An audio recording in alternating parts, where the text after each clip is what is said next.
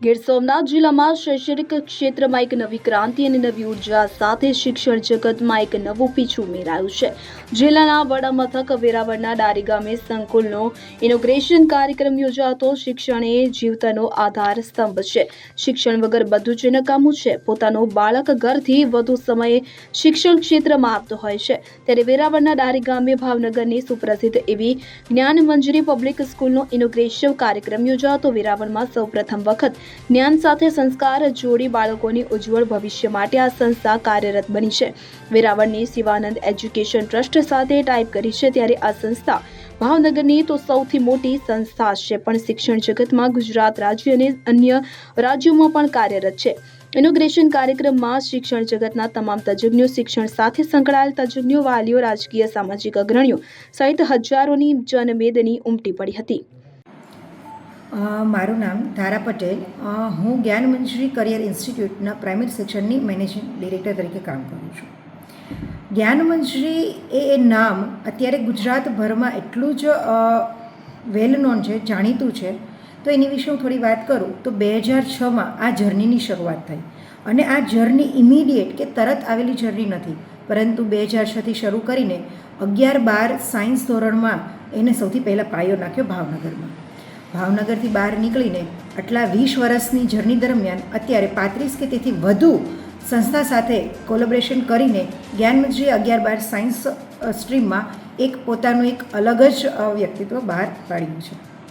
અને એ જ રીતે 11-12 સાયન્સના આખી જર્ની છે એ દરમિયાન જે અમુક હર્ડલ્સ અમે ફેસ કર્યા છે એ જોઈને અમે અત્યારે સેકન્ડરી અને પ્રાઇમરી સેક્શનમાં પણ એ જ રીતે આગળ ગુજરાતમાં એક એજ્યુકેશનમાં એક અલગ જ ડંકો વગાડવા જઈ રહ્યા છીએ. વેરાવળની એક સંસ્થા સાથે જ્ઞાન મંજરીએ જ્યારે જોડાણ કર્યું છે, ત્યારે એ સંસ્થાના ટ્રસ્ટીઓ, એ વેરાવળના માનવંતા ઘણા બધા એવા મહાનુભાવો, ઘણા ઇન્સ્ટિટ્યૂટ, ટ્યુશન ક્લાસીસના જે મહાનુભાવો કહી શકાય, એ બધાની જ ઉપસ્થિતિમાં અહીંયા જ્ઞાન મંજરી અને આ સંસ્થા સાથે એક કોલેબોરેશનનું ઇનોગ્રેશન કરવામાં આવ્યું. મારું નામ હરેશ ખોખાણી, જ્ઞાન મંજરી કેરિયર ઇન્સ્ટિટ્યૂટની અંદર CEO તરીકે કામ કરી રહ્યો છું. અત્યારે જે ભાવનગરની જ્ઞાન મંજરી અહીંયા વેરાવળની અંદર સ્ટાર્ટ થવા જે જઈ રહી છે, આજે એનું ઇનોગ્રેશન થયું, અને લોકોને ઇનોગ્રેશન આમ તો હોય નહીં સ્કૂલની અંદર, કારણ કે બાળકોને પીરસવાનું જ હોય. ઓલમોસ્ટ તમે ભોજન જમવા જ્યારે જાઓ ત્યારે ક્યારેય એનું ઇનોગ્રેશન હોતું નથી, ડાયરેક્ટ આપણે થાળી પર બેસવાનું હોય છે. તો એવું જે કલગી રૂપે અહીંયા જ્યારે વેરાવળ સોમનાથની અંદર જ્ઞાન મંજરી પબ્લિક સ્કૂલ તરીકે અહીંયા જ્યારે આવી છે, ત્યારે અમને આનંદ એ વાતનો છે કે જ્ઞાન મંજરી છે બેઝિક ભાવનગરની છે, અને ત્યાંથી તે એને એવા પાયા નાખ્યા જે ગુજરાતની અંદર અત્યારે આઈ થિંક મને ગુજરાતની જ ખ્યાલ છે, એટલે બહારની વાત હું નહીં કરી લઉં, કે ગુજરાતની અંદર અત્યારે તમે જોવા જાઓ તો બેઝિક સ્કૂલ 1થી 5, 6થી 8, 9, 10, 11, 12 એવી રીતે પાયા ચડતી હોય. પણ આ જ્ઞાન મંજરી એક એવી સિસ્ટમ સાથે વર્ક કર્યું તો એમને પહેલો પાયો બેઝિક 2006ની અંદર ભાવનગરની અંદર 11-12 સાયન્સમાં મૂક્યો, અને પછી ધીમે ધીમે એ નીચેના ધોરણમાં ઉતરતું ગયું. તો આજે વટવૃક્ષની જેમ પ્રાઇમરીની અંદર જેમ ભાવનગરની અંદર કાર્યરત છે, એમ અમારું મહુવા, બાલાસિનોર, મોડાસા, રાજસ્થાનની અંદર શ્રી ગંગાનગરમાં, સુરતની અંદર અમે લગભગ અત્યારે અરાઉન્ડ 6થી 7 હજાર બચ્ચાઓની વચ્ચે કામ કરી રહ્યા છીએ. અમારો એમ એ છે કે બાળકોને બેસ્ટ કેમ મળે. અત્યારે બધા વાત કરે છે કે ભાર વગરનું ભણતર, ભાર વગરનું ભણતર, પણ હકીકત ભાર સાથેનું ભણતર હોય અને ભાર વગરનું પણ હોય, અને એક સિસ્ટમ સાથેનું પણ હોય. બરાબર, તો અમારું ભાર વગરનું ભણતર અને સિસ્ટમ સાથેનું ભણતર છે. એટલે બાળકોને જે અમે આપવાના છીએ અત્યારે એ ભાર વગરના ભણતર સાથે સિસ્ટમ સાથે આપવાના છીએ.